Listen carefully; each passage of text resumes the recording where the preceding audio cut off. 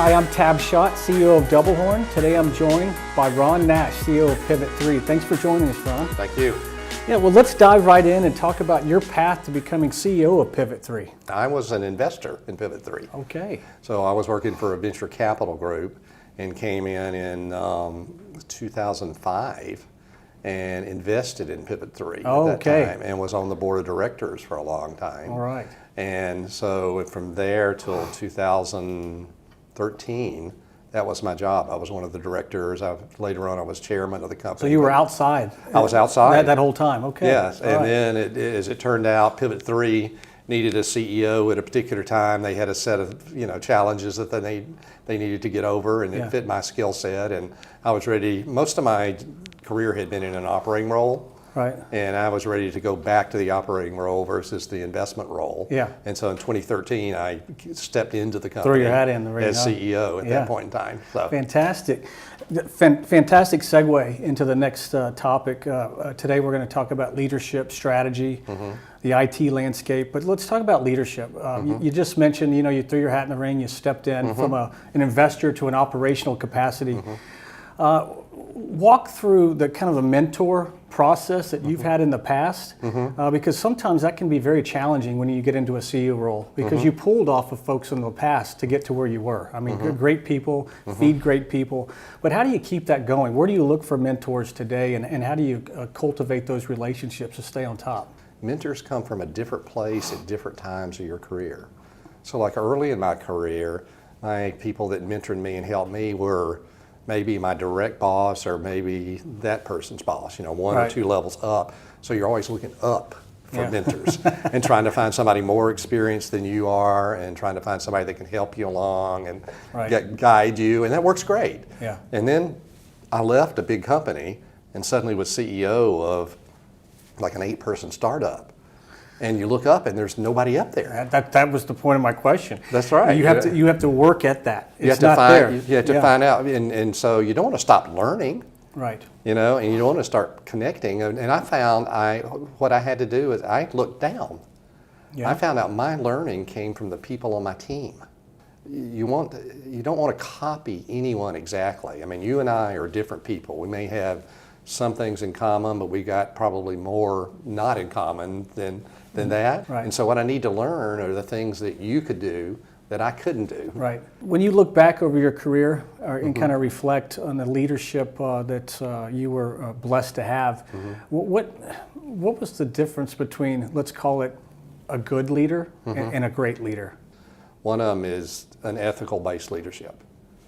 I mean, it's like as a leader, you can't say, this is what we're going to do in the company, because a year from now, it's going to be a little different. Yes. If you're agile, and a year after that, it'll be a little different again. And thriving, so you can't, on a policy basis, align people. Right. So what basis do you have to connect people to you? And I think it's ethically, that you're fair, you're calm, not a moment that you look. I think it's all those types of things that allows people to line up with you. Early in my career, I had a mentor, a PhD. He was a vice president of this company, and he was tough, aggressive, just wildly so, I mean, he would go into any situation and take command of it and everything like that. And I was, much more mild-mannered. I grew up in the South, and, you're a little more soft-spoken and mild-mannered and everything. And so I remember one time we had both been working on another division of the company. He was like the fix-it man, the thing of last resort. Okay. When something is totally messed up, this person parachutes in, takes control, and does it. And so we were working, and he was planning to go to this meeting, and I was going with him, kind of like his staff support. Then right before we were going to get on the plane or head to the airport, he said, okay, I'm sorry, something else come up, you do the meeting. And I said, you are crazy. There is no way that these people will do it. And he said, look, let's try experiment. He said, I tell you what, he said, go do it. Just do the act like me. He kept saying, act like me.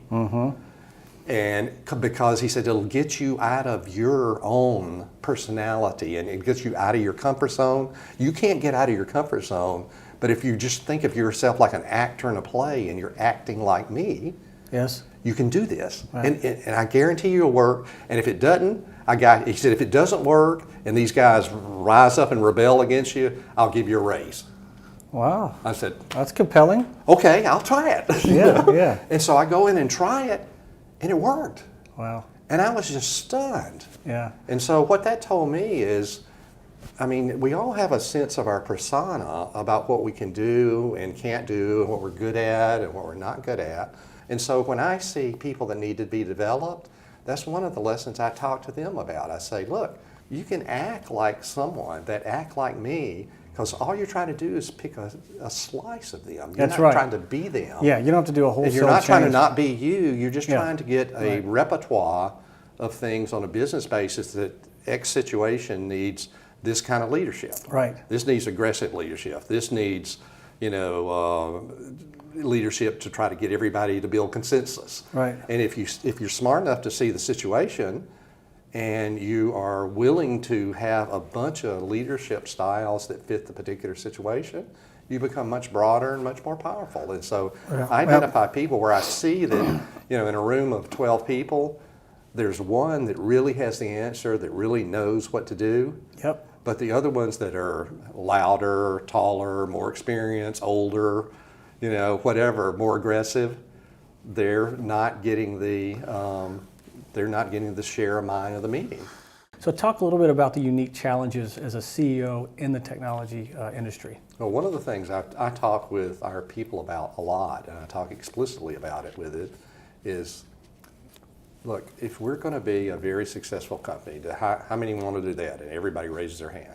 Yeah. How many want to grow fast so you'll have lots of opportunity? Everybody raises their hand. And I say, okay, now let's think about the implications of that. People can grow and we can all develop, but like we're running this company, we're almost doubling every year.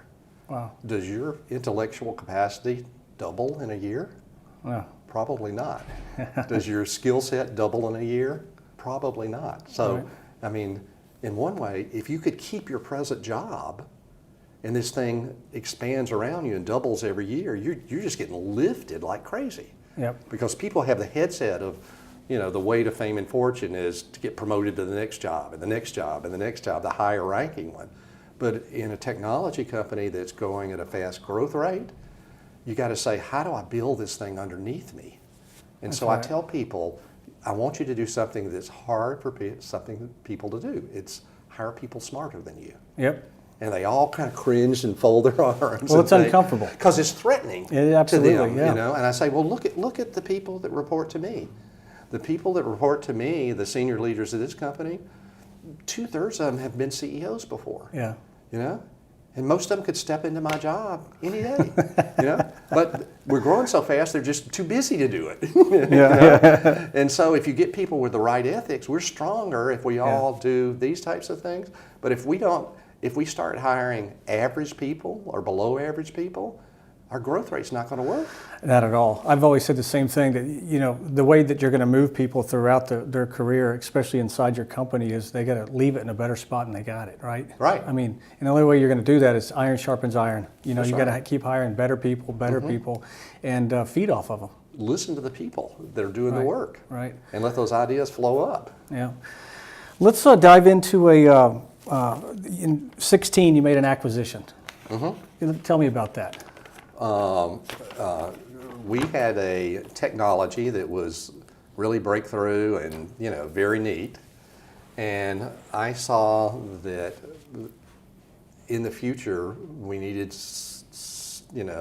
step 2 and step 3 and stuff like that. In the technology industry, if you get a winning product, I mean, maybe you get a winning product for a year or two. Yeah. Then everybody copies it and you got to come up with another Not idea. a lot of unicorns out there. That's right. And Yeah. it just doesn't go forever. Right. It's the time frame's pretty short. That's and right. so we saw in the future that there were things where the technology around our product would develop.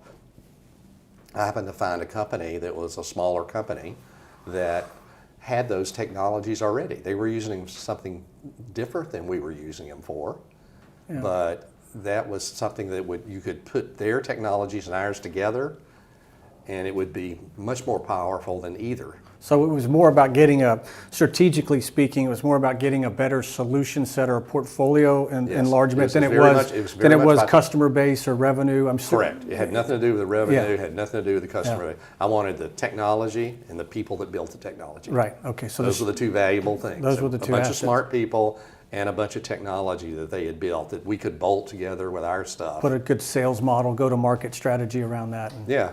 That's right. Because it enhanced the value of our technology. So we did an acquisition, and then you got two different people. I was about to ask that about the unification. Yeah. M&A activities, and you're probably about to say this. People underestimate it.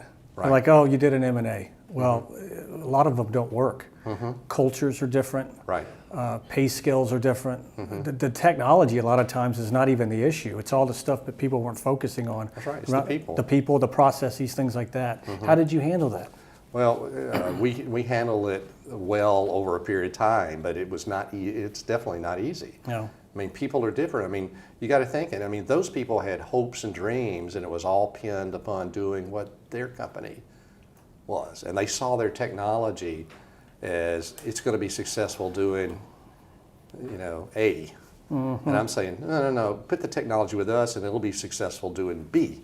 How do you like that? Right. Well, no, I like A. Yeah, we signed up for A. Yeah, so we got it, we had to do a lot of talking. I think, and so I spent time, a lot of the other leaders here spent time. I mixed the management teams. I took some of their leaders in with our leaders. I mean, it was a blending. The companies were not... That's segregated. It's not like a giant company buying a tiny little one or anything like that. We were, somewhat of the same size, and so I blended into things. And you got to give the people that time of the people that are coming in, because you're reorienting their world in a way. How would you score it today if you gave a scorecard, like where it sits today at acquisition?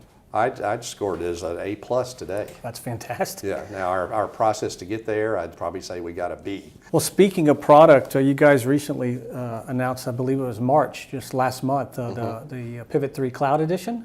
Let's talk about that. With the cloud coming up, it's not going to be, the cloud's not going to do everything.